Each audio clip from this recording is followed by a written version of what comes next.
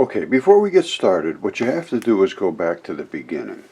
That's where you start, at the beginning. Well, where's the beginning? A metamorphosis. And where did that come from? Ovid. And who was Ovid? He was a writer. And he was a writer during 8 AD, somewhere in that area, somewhere around the time of Julius Caesar, I believe. And he wrote a lot. And his contention, these are all his books, and they are, whew. Now he went back to Hesiod, who was the first one to write about the creation of the earth. It was called the Theogony. Now, this is what metamorphosis is all about. Metamorphosis means change. It means transformation. Listen to this. Metamorphosis, or transformation, is an underlying theme amongst the episodes of Metamorphosis. Ovid raises the significance explicitly in the opening lines. In novum fert animus mutatus dicere formas corpora. What does that mean? I intend to speak of forms changed into new entities. Forms changed into new entities. What does that mean? Listen to this. Accompanying this theme is often violence inflicted upon a victim whose transformation becomes part of the natural landscape. The victim becomes part of the natural landscape after violently being attacked and killed, as is with the dragon in Morocco, his throat. You know, I get frequently people saying, well, big deal, what can we do about this? There was giants, there was dragons, there was giant fish, there was all these things, so what does that mean? Well, it means to go back and look at what was written and what was said and why it happened. And when you hear about how they established Earth and created it to be a paradise and we screwed it up, something terrible. And I believe Jesus Christ was God's Son. And he sent him down. He says, give him one last chance and see if we can harvest any of the good ones. And the rest of them, we're going to flush them down the toilet. And that's what I believe is what's happening right this minute. It said all of these things would be unveiled in the last days. And boy, I'm telling you, the unveiling is unveiling. Okay, my friends, what are we looking at here? Well, it's an anomaly that is on the Earth in the Cappadocia region of Turkey. And as you can see, it's red. And this appears to be something that has drained out of here. Well, what could have possibly drained out of there?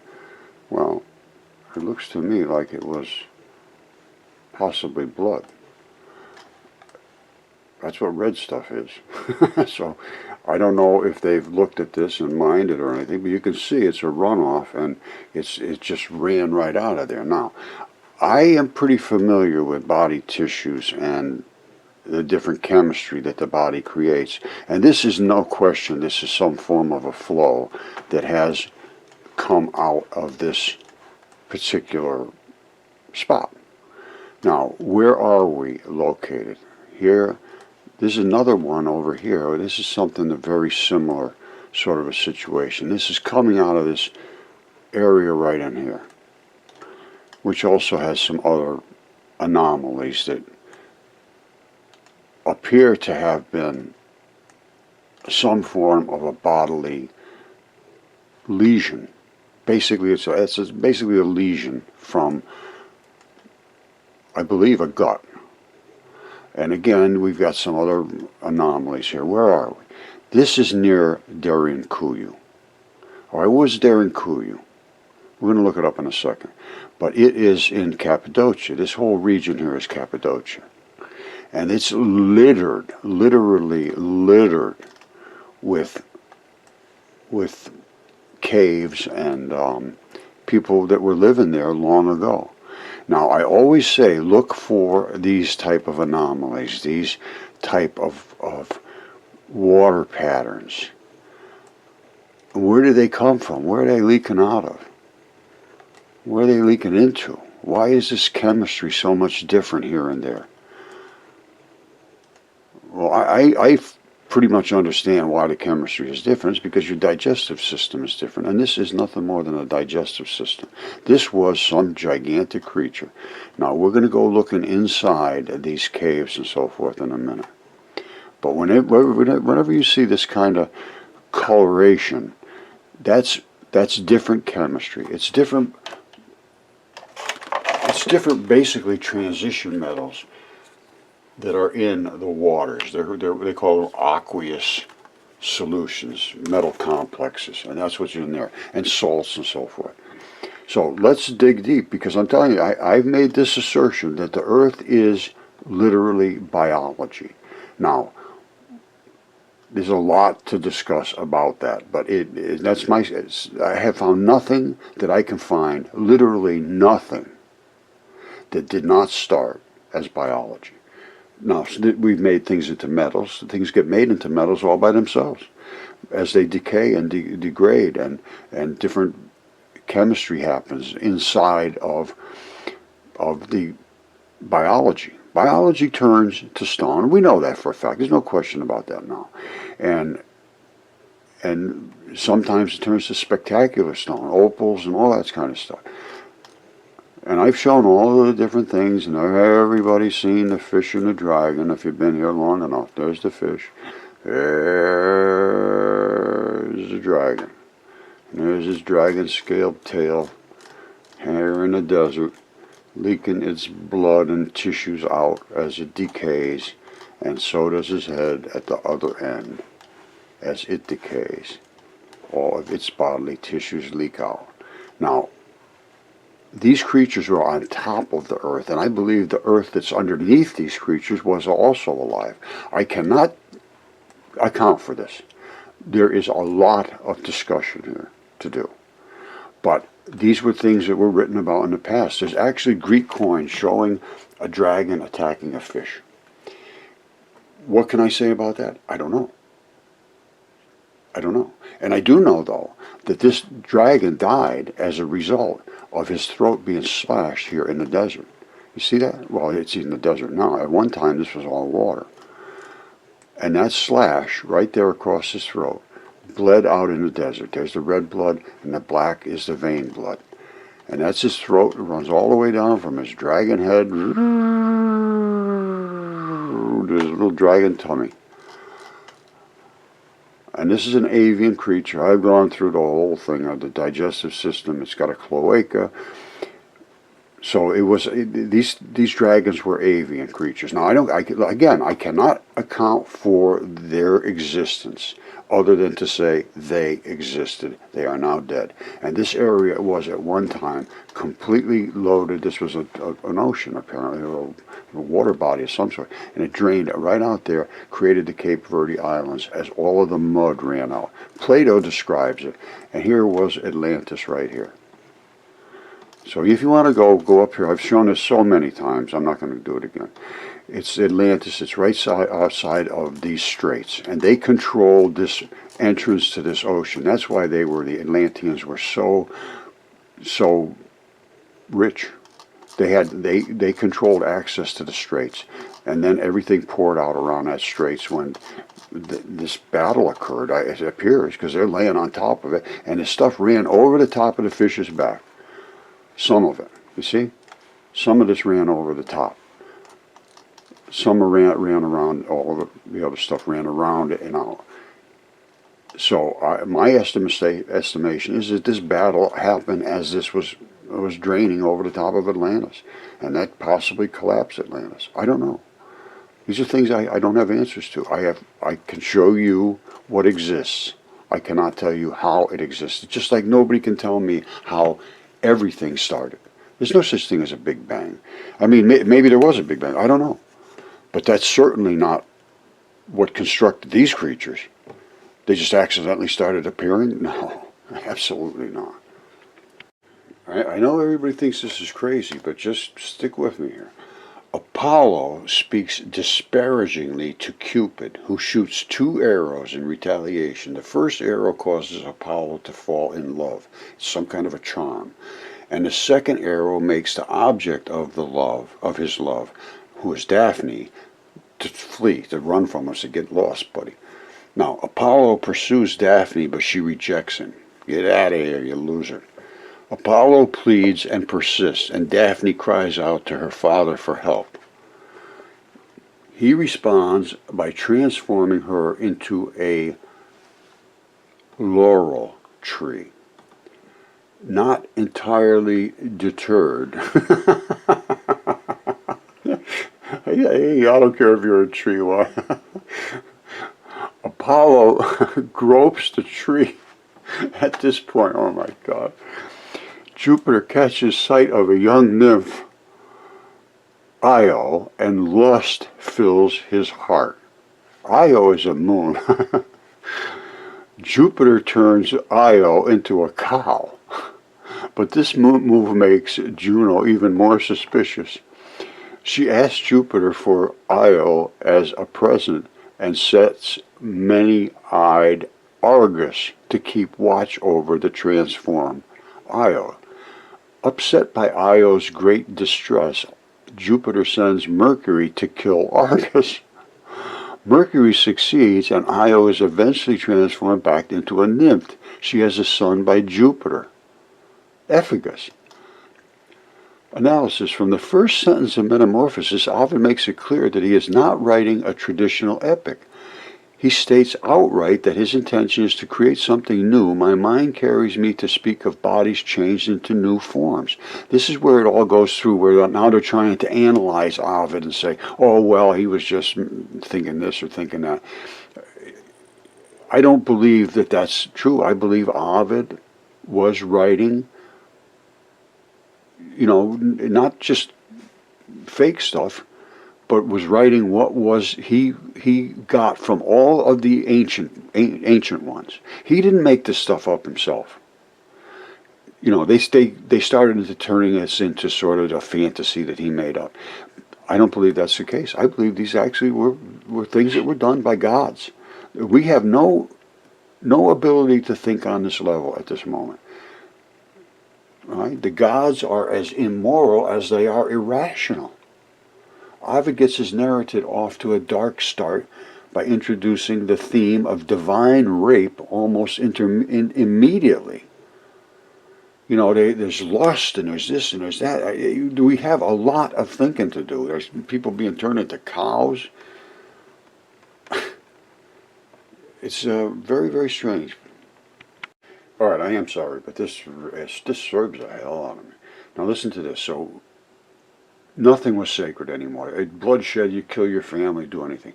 In the Iron Age, the gods appear. They come down and they witness human impiety, just doing anything they wanted. In particular, Jupiter visits the house of the Lycan, who treats Jupiter with greatest disrespect. Jupiter is, I think, Zeus, even trying to murder him in his sleep. Outraged, Jupiter decides to punish humanity with a flood. Because of their piety, Deucalion and Pyrrha survived. That's Noah and his wife. No one else does. Now that's not, I don't believe that that's a fact. They tried to destroy the earth, and they did to almost everything, but some did survive. I don't think just those two, which is Noah's flood, people. Now, that's just my take. I don't know. At this point, everything's up in the air. Themis gives Deucalion and Pyrrha cryptic advice about how to repopulate the earth. They must cover their heads, let their garments loose, and cast the bones of their great mother behind their backs. Those are the stones. Initially, Pyrrha is disheartened because she interprets the advice as sacrilegious. How can how can she desecrate her mother's bones?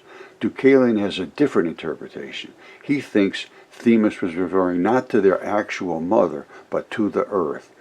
They try throwing stones behind them, and the stones morph into people.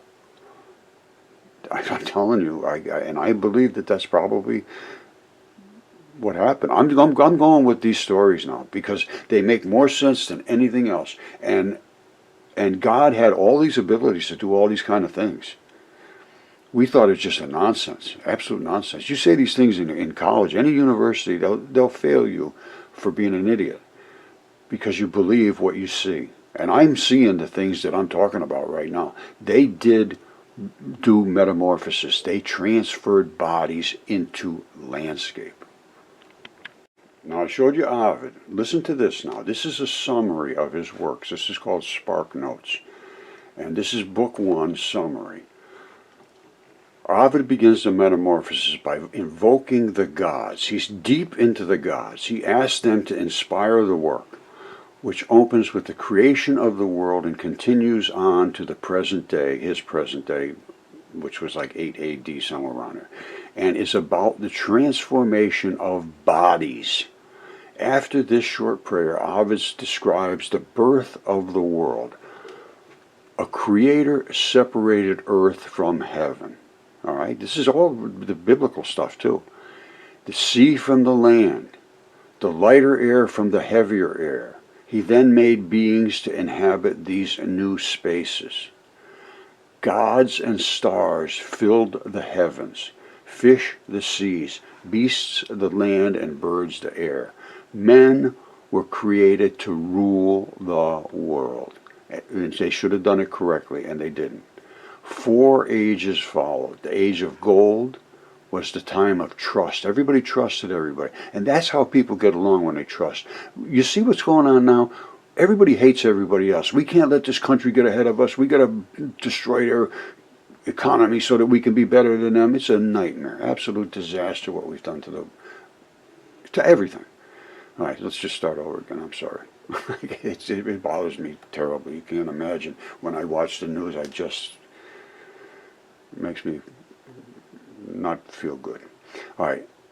What really happened was God said, I want this place to be a paradise. The age of gold was a time of trust, moral goodness, fruitfulness, all the good things. In the age of silver, people had to work for a living. Before that, everything was provided for you because you were such a good person. And you did all the things that were moral and right, and everybody could trust you. You weren't a liar. You wouldn't deceive them. All right? So we got the age of silver, when people just started to have to work for a living. They couldn't just get by, have a nice time speaking and enjoying life. The age of bronze saw the first wars. That's when people started to say, oh, I don't want what you have. You can't have what I have. I want to be better than you. Some semblance of morality persisted, just a little. In the age of iron, however, nothing is sacred. Even family ties lead to bloodshed. And now it is more bloodshed. I just can't even imagine the tragedies of what is going on and the horrors that these people are. I got to stop for a minute. All right, see, now they sort of make it into a funny thing. This is the next page of this. Ovid weaves a strong element of comedy into the fabric of his narrative. And I mean, it's hysterical. You heard me laughing. I mean, it is. It's hysterical to read it. If it was true, it's a whoa. While he depicts the gods' behavior as darkly immoral, he also shows the funny side of it. Daphne's transformation into a tree is tragic, but there is something amusing about the stolid, unmoving form her father gives her, and something downright comical and hysterical, really, about the image of Apollo copying a feel of her bark. Just listen to this. Chapter 2. 52 years earlier. The pre-Columbian written traditions of Central America tell us that 52 years before the catastrophe that closely resembles that of the time of Joshua, another catastrophe of world dimensions had occurred. It is, therefore, only natural to go back to the old Israelite traditions, as narrated in the scriptures, to determine whether they contain evidence of a corresponding catastrophe.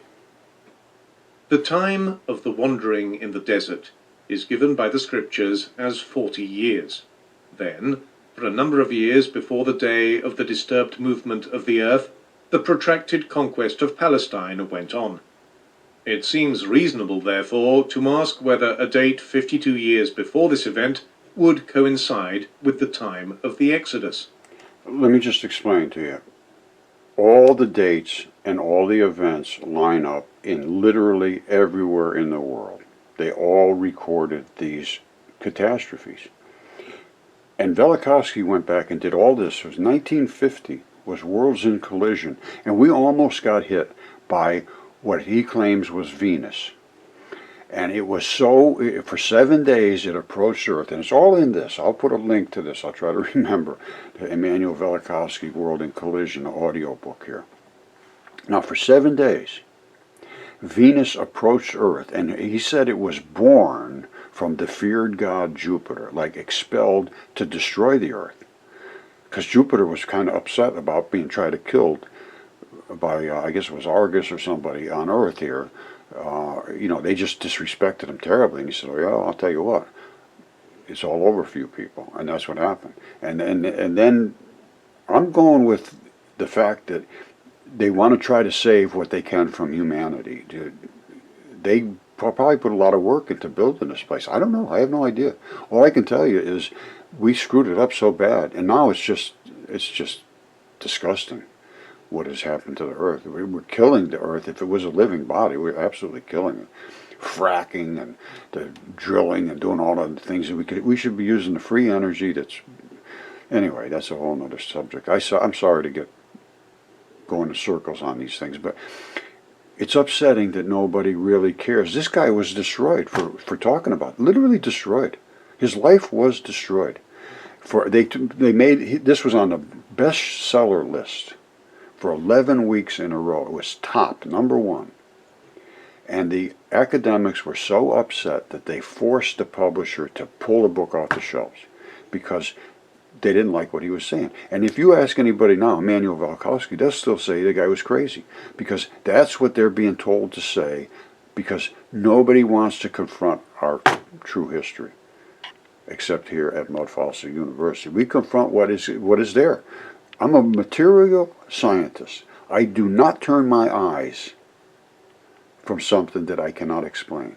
I investigate. I think. I dig as deep as I can dig, and when I started digging, that rabbit hole just never ends. And I don't have all the answers, trust me, but I got a hell of a lot more than anybody else that is speaking at this moment. Nobody's paying any attention to the reality that we're in because they are afraid of what will happen to them from their friends and family and everybody else. And I agree, that's going to happen. But if you want to walk in darkness, good for you. Not going to happen to me.